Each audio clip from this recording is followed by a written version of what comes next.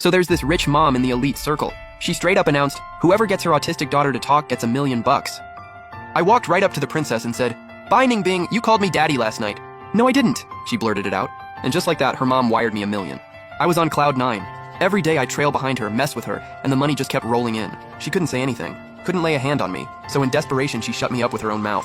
Overnight I went from being the princess's companion to her official boyfriend in the circle. Every time I cracked a joke, she'd kiss me until I couldn't say another word. Right before the wedding, Bai Ningbing's first love came back, the guy who got knocked around by life. That night, she didn't come home. I grabbed the half-used box of condoms and every penny I'd saved over 10 years and walked out of that apartment, dropped the condoms off for the two of them, then used the rest of the cash to book a ticket back home. Bai Ningbing had never met anyone like Xu Jiqiang. Tough, unbreakable. He worked his way through a prestigious overseas school. Never bowed his head to the elite. For Bai Ningbing, that was way too attractive. I thought about stepping in to make him lose interest in her. But she'd been surrounded by rich boys her whole life. A broke but resilient guy like Xu Jiqiang? There was no substitute for that. Sure, I was broke too, but I was openly chasing money and she wasn't into that either. So here's the deal. The villain heiress was overseas and had developed autism. My cushy job was about to fall apart. So I went and befriended Xu Jiqiang. As the only two broke kids in this fancy school, he was way warmer to me than to any of those rich kids. But the second I said, "Hey, could you go check on Bai Ningbing?" he threw his drink right in my face. "I can't believe you're her lapdog too. Wealth can't corrupt me, poverty won't break me, and you just sold yourself out." "What, sucking up to that princess is gonna kill you?" I wiped my face, didn't even flinch. Honestly, I never had Xu Jiqiang's backbone. Getting close to Bai Ningbing was always about the money. I've been grinding for cash for years. You think I haven't put up with worse? It was just a drink. But now Xu Jiqiang refused to see me and that was a real problem. All those rich guys trying to win her over with love? She wasn't interested. And a money-hungry guy like me? Even less so. But the mom only said, "Get her to talk," and it's $1 million. No rules on how to do it. So I walked up and said out loud in front of everyone, "Bai Ningbing, you called me daddy." "That's a lie." The whole room froze. Bai Ningbing just stood there, stunned. Then her face turned red and she looked down. But I already recorded it. The mom called me right away. "Xiaofang, Auntie always knew you were the right pick. Sending you abroad with her was absolutely the right call. Keep it up. Every extra word from Ningbing is another $1 million for you. And if she fully recovers, I'll give you $100 million. My eyes lit up instantly. I stared at that extra $1 million in my account and kissed my phone like it owed me something.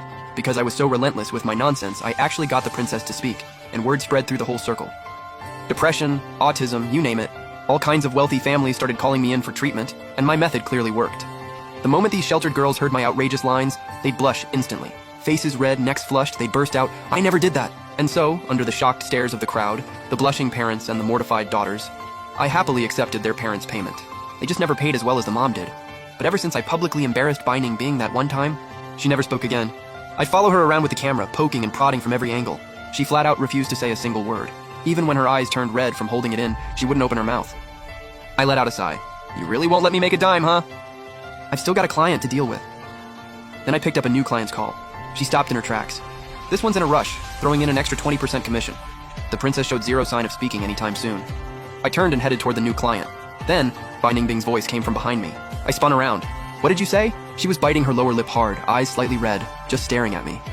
But no matter how many times I asked, she wouldn't say another word. I was just about to stop recording when she suddenly spoke again. Barely a whisper, but crystal clear. "Don't go." I immediately forwarded the clip to the mom. "Wire the money." She turned and walked away. I struck while the iron was hot and caught up, talking nonsense again. "Babe, what did you just say? I didn't catch that."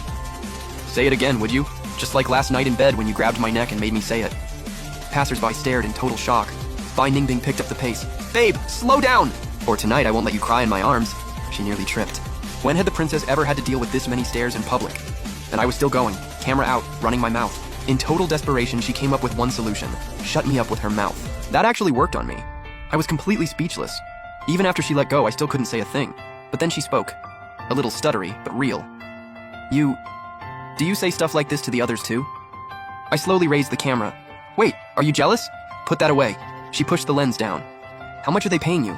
I opened my mouth, not sure if I should share this classified business info. She pulled out a black card and shoved it into my hand. Before I could even react, she hadn't spoken in so long. Her words were coming out slower than before. But the mom was thrilled, wired 10 million straight away.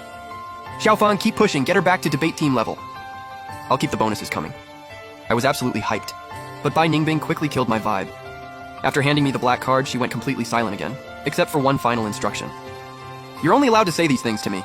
Oh, so she bought exclusive rights to my nonsense. That $100 million from the mom? Never gonna happen. But the black card had no limit, so I wasn't complaining. And when the mom saw the video of Bai Ningbing kissing me, she bumped my monthly allowance from 500K to $1 million USD. Long term, that's a solid deal. On graduation day, I ran into Xu Zhiqiang again. He was making the rounds at job fairs, resume in hand.